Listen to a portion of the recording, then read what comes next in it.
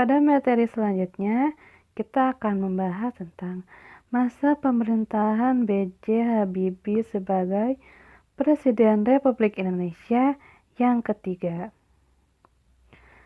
Sebelum masa pemerintahan B.J. Habibie, kita telah belajar tentang masa Orde Baru yang dipimpin oleh Presiden Soeharto.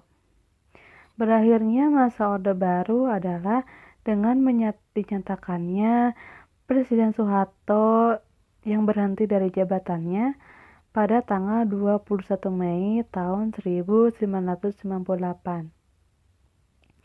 Pemberhentian Presiden Soeharto sebagai presiden itu diiringi dengan dilantiknya B.J. Habibie sebagai Presiden Republik Indonesia selanjutnya. Pelantikan tersebut di bawah pimpinan Mahkamah Agung yang dilaksanakan di Istana Negara. Adapun dasar hukum dari pengangkatan Habibie sebagai presiden adalah berdasarkan TAP MPR nomor 7/1973 yang berisi, jika presiden berhalangan, maka wakil presiden ditetapkan menjadi presiden. Ketika Habibie menjadi presiden, saat itu Indonesia sedang mengalami berbagai permasalahan-permasalahan yang terjadi dalam waktu 30 tahun terakhir atau yang terjadi pada masa pemerintahan Presiden Soeharto. Adapun permasalahan tersebut adalah diantaranya krisis ekonomi. Krisis ekonomi ini adalah disebabkan oleh krisis mata uang yang didorong oleh hutang luar negeri yang luar biasa. Sehingga hal ini menyebabkan dengan menurunnya nilai rupiah menjadi 1/4 dari tahun 1997. Permasalahan selanjutnya adalah adanya kerusuhan yang dilakukan oleh mahasiswa yang terjadi pada bulan Mei 1998 yang menyebabkan dengan hancurnya pusat-pusat bisnis perkotaan, khususnya di kalangan investor keturunan Cina yang saat itu sangat berperan penting dan dominan dalam perekonomian Indonesia. Dalam menjalankan tugasnya, Habibie sebagai presiden adalah memimpin pemerintahan transisi untuk menyiapkan dan melaksanakan agenda reformasi yang dilaksanakan secara menyeluruh juga mendasar. Hal ini dilakukan untuk mengatasi kemelut atau permasalahan yang sedang terjadi.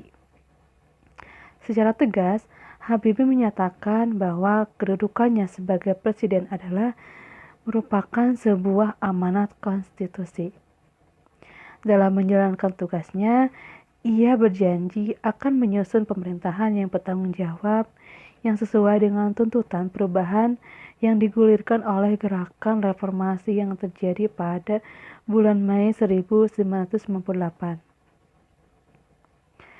Habibie sebagai presiden telah menyiapkan berbagai agenda untuk menyiapkan proses reformasi, yaitu yang pertama di bidang politik, antara lain adalah memperbaharui berbagai perundang-undangan dalam rangka lebih meningkatkan kualitas kehidupan berpolitik yang bernuansa pada pemilu, sebagaimana diamanatkan oleh Garis-Garis Besar Haluan Negara atau GBHM. Yang kedua, di bidang hukum, yaitu meninjau kembali undang-undang subversi. Dan yang ketiga, di bidang ekonomi, yaitu mempercepat penyelesaian undang-undang yang menghilangkan praktik-praktik monopoli dan persaingan yang tidak sehat. Selanjutnya, kita akan lebih mempelajari secara jelas bagaimana kebijakan pada masa pemerintahan B.J. Habibie. Yang pertama, di bidang politik, yaitu terdiri dari pembentukan Kabinet Reformasi Pembangunan. Kabinet Reformasi Pembangunan terdiri atas 36 menteri, yaitu 4 menteri negara dengan tugas sebagai menteri koordinator, 20 menteri negara yang memimpin departemen, dan 12 menteri negara yang memimpin tugas-tugas tertentu.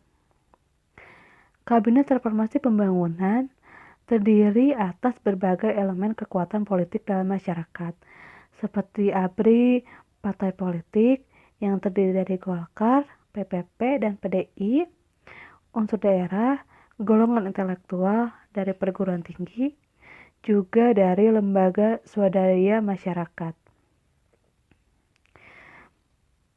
Kabinet Reformasi Pembangunan ini pada sidang pertamanya, yaitu tanggal 25 Mei 1998, B.J. Habibie memberikan pengarahan bahwa pemerintah mesti mengatasi krisis ekonomi dengan 2 sasaran pokok, yaitu tersedianya bahan makanan pokok masyarakat dan berputarnya kembali roda perekonomian masyarakat.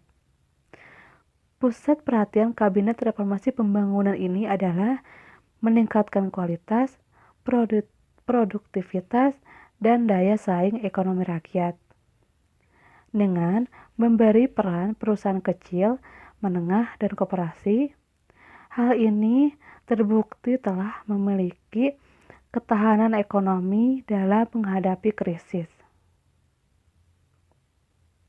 Habibie memerintahkan bahwa departemen-departemen yang terkait harus secepatnya mengambil langkah dalam persiapan dan pelaksanaan reformasi. Hal ini menyangkut reformasi di bidang politik, ekonomi, dan juga hukum. Perangkat perundang-undangan yang perlu diperbarui antara lain, yang pertama, Undang-Undang Pemilu, kedua, Undang-Undang tentang Partai Politik dan Golkar, ketiga, Undang-Undang tentang Susunan dan Kedudukan MPR, DPR, dan DPRD, dan yang terakhir, Undang-Undang tentang Pemerintahan Daerah. Selanjutnya, dalam bidang politik adalah diadakannya sidang istimewa MPR tahun 1998. Sidang istimewa MPR tersebut dilaksanakan pada tanggal 10 sampai 13 November tahun 1998. MPR mengadakan sidang istimewa itu memiliki tujuan untuk menetapkan langkah pemerintah dalam melaksanakan reformasi di segala bidang.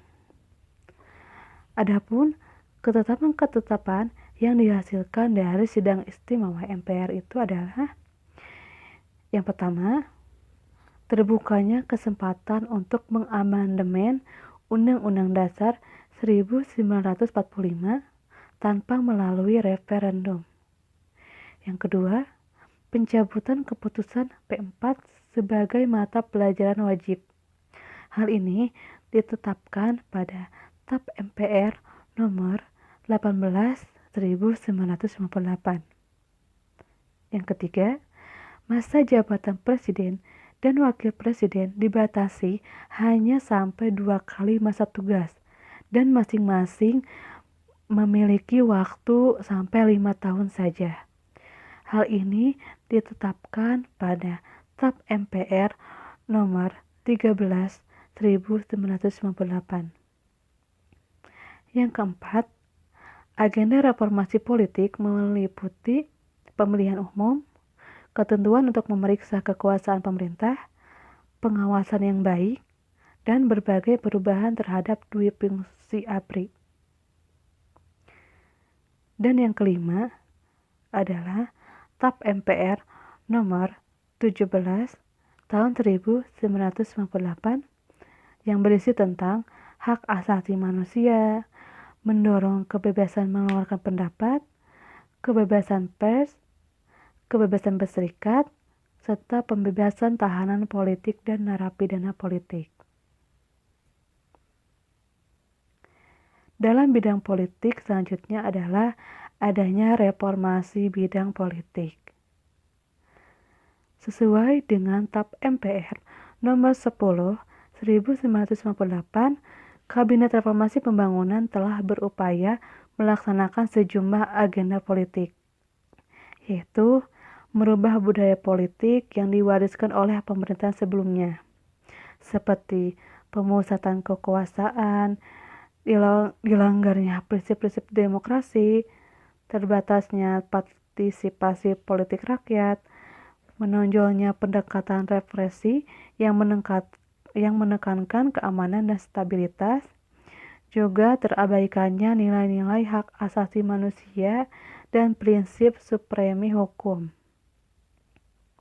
Dalam hal ini, B.J. Habibie melakukan reformasi di bidang politik tersebut, yaitu yang pertama, diberlakukannya otonomi daerah yang lebih demokratis dan semakin luas. Yang kedua, pencabutan ketetapan untuk meminta surat izin terbit atau SIT bagi media massa cetak, sehingga media massa cetak tidak lagi khawatir melalui mekanisme pencabutan surat izin terbit. Dan yang terakhir, dalam hal menghindarkan munculnya penguasa yang otoriter dengan masa kekuasaan yang tidak terbatas, diberlakukannya pembatasan masa jabatan presiden. Seorang warga negara Indonesia dibatasi juga menjadi presiden sebanyak 2 kali masa jabatan. Selanjutnya, materi selanjutnya ialah masih dalam pembahasan bidang politik. Yang akan dibahas selanjutnya yaitu mengenai pelaksanaan pemilu 1999. Setelah RUU disetujui DPR dan disahkan menjadi undang-undang, Presiden membentuk Komisi Pemilihan Umum yaitu KPU yang anggota-anggotanya terdiri atas wakil partai politik dan wakil pemerintah. Hal yang membedakan pemilu 1999 dengan pemilu sebelumnya, kecuali pada pemilu tahun 1955, ialah diikuti oleh banyak partai politik. Ini dimungkinkan karena adanya kebebasan untuk mendirikan partai politik. Dengan masa persiapan yang tergolong singkat, pelaksanaan pemungutan suara pada pemilu 1999 ini dapat dikatakan terlaksana sesuai dengan jadwal, yaitu pada 7 Juni 1999. Pemilu 1999 dinilai oleh banyak pengamat sebagai pemilu yang paling demokratis dibandingkan dengan 6 kali pelaksanaan pemilu sebelumnya. Berdasarkan keputusan KPU, Panitia Pemilihan Indonesia yaitu PPI pada 1 September 1999 melakukan pembagian kursi hasil pemilu. Hasil pembagian kursi itu menunjukkan 5 partai besar menduduki 417 kursi di DPR, atau 90,26% dari 462 kursi yang diperebutkan. PDIP muncul sebagai pemenang pemilu dengan meraih 193 kursi. Golkar memperoleh 120 kursi, PKB 51 kursi, PPP 48 kursi, dan PAN 34 kursi. Selanjutnya, pembahasan terakhir dari bidang politik, yaitu mengenai pelaksanaan referendum Timor Timur. Satu peristiwa penting yang terjadi pada masa pemerintahan Presiden B.J. Habibie adalah diadakannya referendum bagi rakyat Timor Timur untuk menyelesaikan permasalahan Timor Timur yang merupakan warisan dari pemerintahan sebelumnya. Harus diakui bahwa integrasi Timor Timur yang disebut juga dengan Tim-Tim ke wilayah Republik Indonesia tahun 1975 yang dikukuhkan oleh TAP MPR nomor 6 MPR 1978 atas kemauan sebagian warga Timor Timur tersebut tidak pernah mendapat pengakuan internasional. Bagi Indonesia adalah lebih baik menyelesaikan masalah Timor Timur secara tuntas karena akan sulit mewujudkan pemerintahan otonomi khusus. Sementara konflik terus berlarut-larut dan masing-masing pihak yang bertikai akan menyusun kekuatan untuk memenangkan referendum. Karena itu, melalui kajian yang mendalam dan setelah berkonsultasi dengan pimpinan DPR dan fraksi-fraksi DPR, pemerintah menawarkan alternatif lain. Jika mayoritas rakyat Timor Timur menolak otonomi luas dalam sebuah jajak pendapat, maka dikatakan wajar dan bijaksana, bahkan demokrasi dan konstitusional, jika pemerintah mengusulkan opsi kedua kepada sidang umum MPR, yaitu mempertimbangkan pemisahan Timor Timur dari NKRI secara damai, baik dan terhormat. Rakyat Timor Timur melakukan jajak pendapat pada 30 Agustus 1999 sesuai dengan perjanjian New York. Hasil jajak pendapat yang diumumkan PBB pada 4 September 1999 adalah 78,5% menolak dan 21,5% menerima. Setelah jajak pendapat ini, telah terjadi berbagai bentuk kekerasan, sehingga demi kemanusiaan, Indonesia menyetujui percepatan pengiriman pasukan multinasional di Timor Timur. Sesuai dengan perjanjian New York, ketetapan tersebut mengesahkan pemisahan Timor Timur dari Republik Indonesia secara damai, baik dan terhormat untuk menunjukkan kepada dunia bahwa Indonesia adalah bagian dari masyarakat internasional yang bertanggung jawab, demokratis, dan menjunjung tinggi hak asasi manusia. Selanjutnya, pembahasan mengenai reformasi di bidang ekonomi. Sesuai dengan tab MPR tentang pokok-pokok reformasi yang menetapkan dua arah kebijakan pokok di bidang ekonomi, yaitu penanggulangan krisis ekonomi dengan sasaran terkendalinya nilai rupiah dan tersedianya kebutuhan bahan pokok dan obat-obatan dengan harga terjangkau, serta berputarnya roda perekonomian nasional dan pelaksanaan reformasi ekonomi.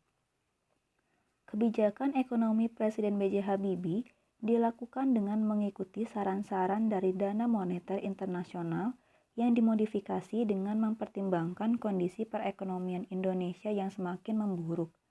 Reformasi ekonomi mempunyai 3 tujuan utama, yaitu 1. Merestrukturisasi dan memperkuat sektor keuangan dan perbankan.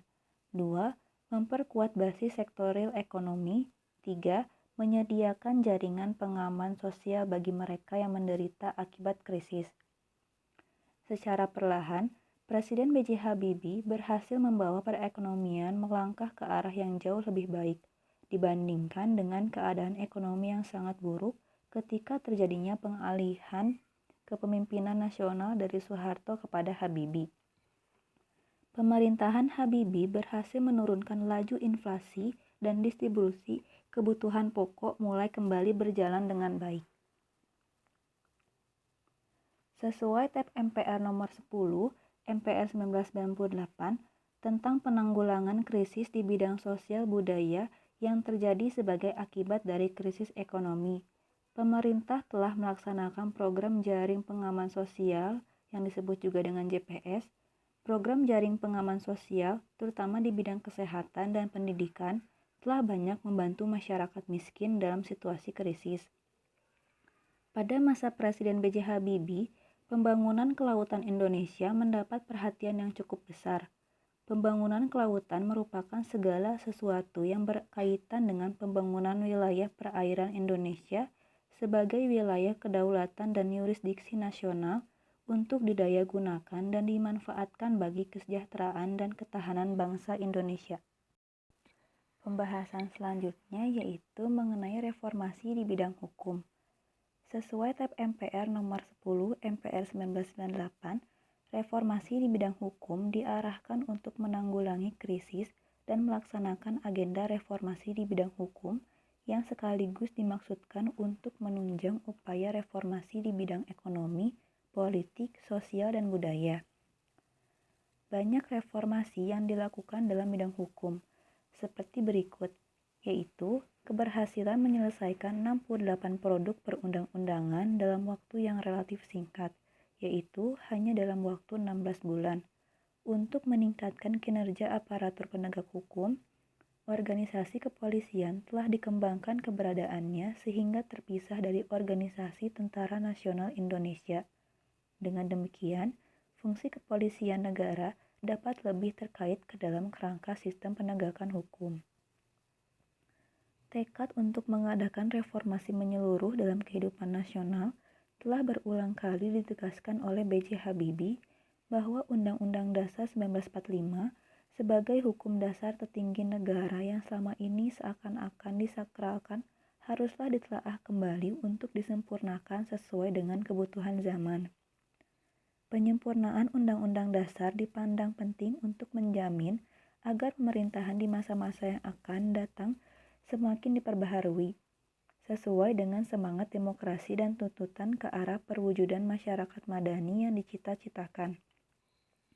Untuk itu, pada era pemerintahan B.J. Habibie, ketetapan MPR nomor 11 1978 mengenai keharusan dilakukannya referendum terlebih dahulu sebelum diberlakukannya amandemen terhadap Undang-Undang Dasar dicabut. Pada tanggal 1 sampai 21 Oktober 1999, diadakan sidang umum MPR hasil pemilu 1999. Tanggal 1 Oktober 1999, 700 anggota DPR atau MPR periode 1999 sampai 2004 dilantik. Lewat mekanisme voting, Amin Rais dari Partai Amanat Nasional PAN terpilih sebagai Ketua MPR dan Akbar Tanjung dari Partai Golkar terpilih sebagai Ketua DPR. Pada 14 Oktober 1999, Presiden B.J. Habibie menyampaikan pidato pertanggungjawabannya di depan sidang umum MPR. Dalam pemandangan umum, fraksi-fraksi atas pidato pertanggungjawaban Presiden B.J. Habibie tanggal 15 sampai 16 Oktober 1999 dari 12 fraksi yang menyampaikan pemandangan umumnya. Hanya 4 fraksi yang secara tegas menolak, sedangkan 6 fraksi lainnya masih belum menentukan putusannya. Pada umumnya, masalah yang dipersoalkan adalah masalah Timor Timur, pemberantasan KKN, masalah ekonomi, dan masalah hak asasi manusia. Pada 20 Oktober 1999, rapat paripurna ke-13 MPR dengan agenda pemilihan presiden dilaksanakan. Beberapa calon diantaranya adalah Abdurrahman Wahid, Megawati Soekarnoputri, dan Yusril Ihza Mahendra. Calon yang disebut terakhir menyatakan pengunduran dirinya beberapa saat menjelang dilaksanakannya voting pemilihan presiden. Pembahasan terakhir yaitu mengenai sumbangsih B.J. Habibie bagi Indonesia. Selama menjabat, ia berfokus mengatasi permasalahan bangsa dan mengembalikan kekuasaan kepada rakyat. Habibie dianggap sukses membangun fondasi yang kukuh bagi demokrasi Indonesia. Salah satu sumbangsih pada era Habibie ialah sistem multipartai di Indonesia dimulai. Di periode pemerintahan itu pula bisa terpecahkan hingga 113 undang-undang baru setiap hari. Salah satunya yaitu undang-undang tentang penyelenggaraan pemilu yang memungkinkan pemilu digelar lebih cepat. Yakni pada 1999 juga terdapat undang-undang tentang otonomi daerah yang fenomenal. Selain itu, ia juga dikenang sebagai pembuka gerbang kebebasan pers di negeri ini. B.J. Habibie pun dianggap memberikan sumbangan terbesar terhadap Indonesia, di mana ia berperan dalam proses transformasi Indonesia menjadi negara demokratis. Presiden ketiga Republik Indonesia itu berperan untuk menyinergikan perkembangan demokrasi serta ekonomi pasca reformasi. Dikatakan bahwa perkembangan ekonomi saat itu menjadi saling berkesinambungan dengan demokrasi. Keputusan-keputusan Habibie mampu mengendalikan sistem perbankan nasional di era kepemimpinannya. Sekian materi untuk hari ini mengenai masa pemerintahan Presiden B.J. Habibie. Dan juga berikut merupakan kesimpulan dari materi yang sudah kita pelajari hari ini. Pada tanggal 21 Mei 1998 di Istana Merdeka Jakarta, Presiden Soeharto memang menyatakan dirinya berhenti dari jabatan Presiden RI. Lewat pidatonya pun, di hadapan para wartawan dalam dan luar negeri, usai Presiden Soeharto mengucapkan pidatonya, Wakil Presiden B.J. Habibie pun langsung diangkat sumpahnya untuk menjadi Presiden RI ketiga. Di hadapan para Mahkamah Agung,